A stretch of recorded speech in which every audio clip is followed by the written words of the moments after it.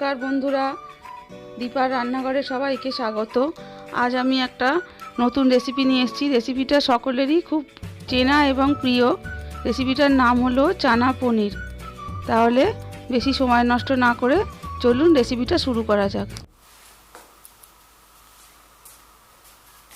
চানা পনির বানানোর জন্য প্রথমেই দেখে নেওয়া যাক কী কী লাগে। আমি কিছুটা আলু আর কাবলি ছোলা সেদ্ধ করে এখানে ম্যাশ করে রেখে দিয়েছি। এটার সঙ্গে গ্রেভিটা ভালো খেতে হবে। আর লাগছে কেটে রাখা পনির, কাশ্মীরি লঙ্কার গুঁড়ো, টমেটো কুচি, রান্নার জন্য তেল, হলুদ গুঁড়ো, লঙ্কা গুঁড়ো, আর লাগছে এটা কাশ্মীরি লঙ্কার গুঁড়ো, পরিমাণ মতো লবণ, চিনি, আদা রসুন বাটা, ফাটানো টক দই, আর ফোড়নের জন্য লাগছে তেজপাতা, গোটা জিরে, কাঁচা লঙ্কা চেরা আর ধনে গুঁড়ো। রান্নাটা করার জন্য প্রথমে আমি গ্যাস অন করে কড়াই বসিয়ে দিয়েছি। আমি দিয়ে দেবো এর মধ্যে সাদা তেল। তেলটা গরম হলে ওর মধ্যে পনিরগুলো অল্প ভেজে নেব।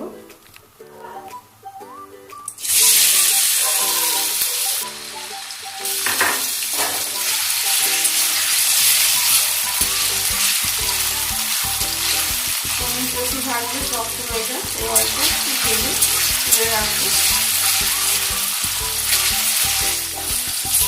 পনিরগুলো আমার ভাজা হয়ে গেছে, এবার তুলে নেব।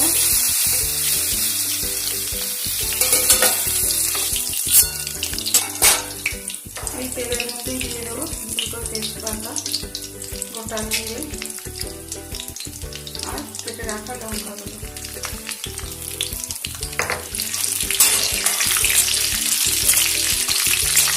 ফোড়নটা কিছুক্ষণ ভাজার পর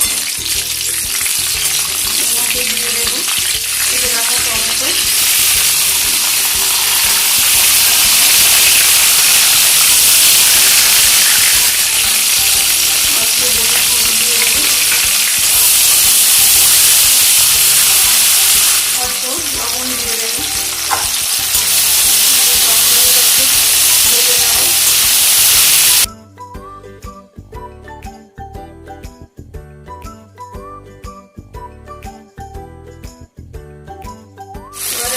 দিয়ে দেবো এক চামচের একটু বেশি আদা রসুন বাটা। তো দিয়ে দেবো এতে ধনে গুঁড়ো, হলুদ গুঁড়ো, শুকনো লঙ্কার গুঁড়ো, জল দিয়ে মশলাটা একটু কষিয়ে নেবো।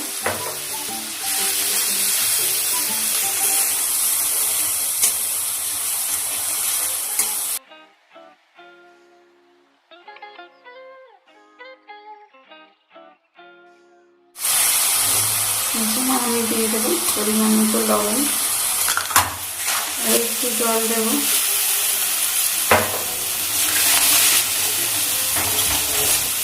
দিয়ে মশলাটা আর একটু কষিয়ে নেব।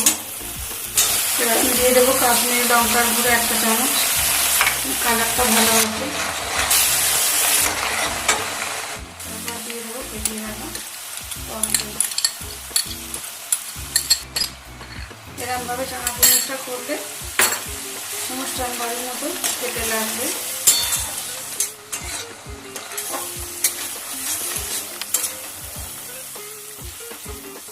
কিছুক্ষণ কষানোর পর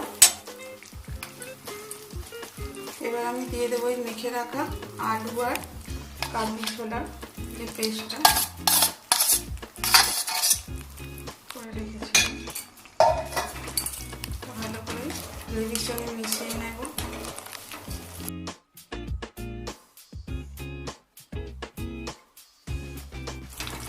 একটু জল মেশাবো।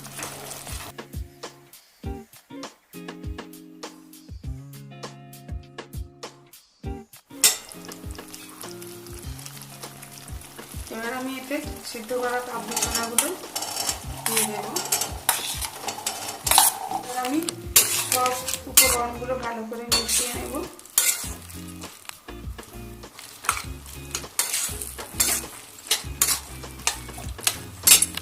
এরপরে আমি অল্প চিনি দিয়ে দেব। এবার আমি এর মধ্যে দিয়ে দেব পরিমাণ মতো জল। এবার আমি এর মধ্যে ভেজে রাখা পনিরগুলো সব দিয়ে দেব।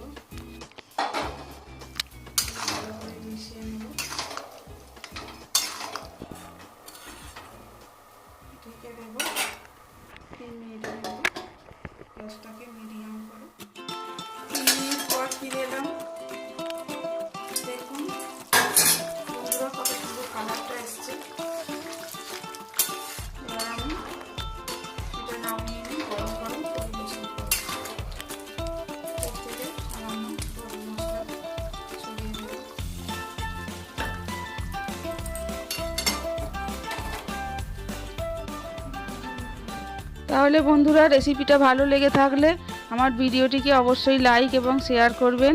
আর এইরকমই নিত্য নতুন রেসিপি পাওয়ার জন্য আমার চ্যানেলটিকে সাবস্ক্রাইব করবেন।